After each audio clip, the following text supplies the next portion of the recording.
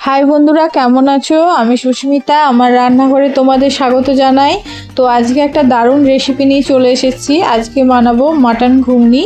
তো তার জন্য আমি মটর নিয়ে নিয়েছি 250 আর মাটন নিয়ে নিয়েছি 250 গ্রামের মতো। তো আমি মটরটাকে প্রেসারে 3টে সিটি মেরে নেব। তো দেখো আমি মটরটা সেদ্ধ করে নিয়েছি। তো তার জন্য কী কী উপকরণ নিচ্ছি দেখো, আমি এখানে 2টো আলু নিয়েছি আর টমেটো একটা এইভাবে কুচিয়ে নিয়েছি, আর এখানে আমি 3টে পেঁয়াজ নিয়েছি আর কাঁচা লঙ্কা নিয়েছি 3-4টে, আর এখানে আদা আর রসুন নিয়েছি। আর আমি দেখো মাটনগুলোকে এরকম সেদ্ধ করে ছোট ছোটোভাবে কুচিয়ে নিয়েছি। তো এখানে দেখো মশলা নিয়েছি, হলুদ গুঁড়ো, নুন, তেজপাতা একটা, 2টো শুকনো লঙ্কা আর 1 চামচ মতো লাল লঙ্কা গুঁড়ো। আর এখানে দেখো ফোড়নের জন্য আমি নিয়েছি দারচিনি, এলাচ, লবঙ্গ 2টো করে নিয়েছি, আর জিরে নিয়েছি, আর এখানে জিরে গুঁড়ো, ধনে গুঁড়ো আর সর্ষের তেল নিয়েছি। তারপর আমি কড়া বসিয়ে দিয়েছিলাম, কড়াটা গরম হয়ে গেছে, আমি সর্ষের তেল নিয়ে নিয়েছি। তো তেলটা গরম হয়ে গেলে আমি পেঁয়াজটা দিয়ে দেব, সামান্য একটু নুন দিয়ে বেরেস্তা করব, ভেজে নিচ্ছি তাই লাল করে। তারপরে এদিকে আমি দেখো কাঁচা লঙ্কা, আদা আর রসুন বেটে নেব। পেঁয়াজটা এদিকে আমার ভাজা হয়ে গেছে, পেঁয়াজটা তুলে নিচ্ছি।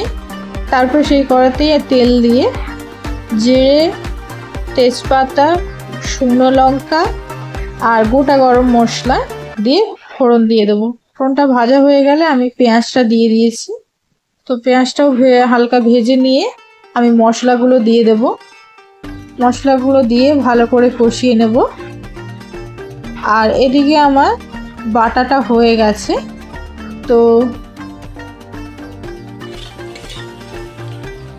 পেঁয়াজটাও ভাজা হয়ে গেছে, আমি এবার বাটা মশলাগুলো দিয়ে দেব। দিয়ে বাটা মশলাটা দিয়ে আমি ভালো করে কষিয়ে নেব।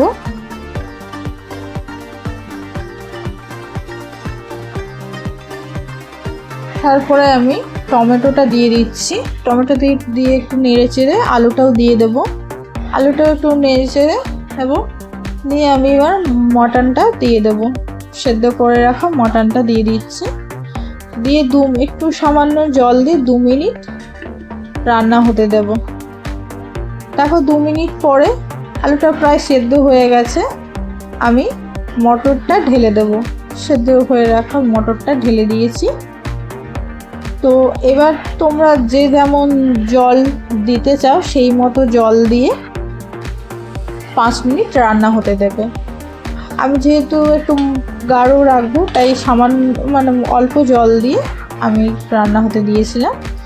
তো 5 মিনিট পরে দেখো আমার আলু মটর সব ভালোভাবে সেদ্ধ হয়ে গেছে, এবার নামিয়ে নিয়েছি।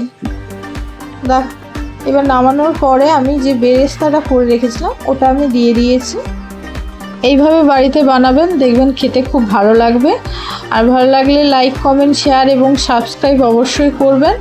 নমস্কার, ভালো থাকবেন, সুস্থ থাকবেন।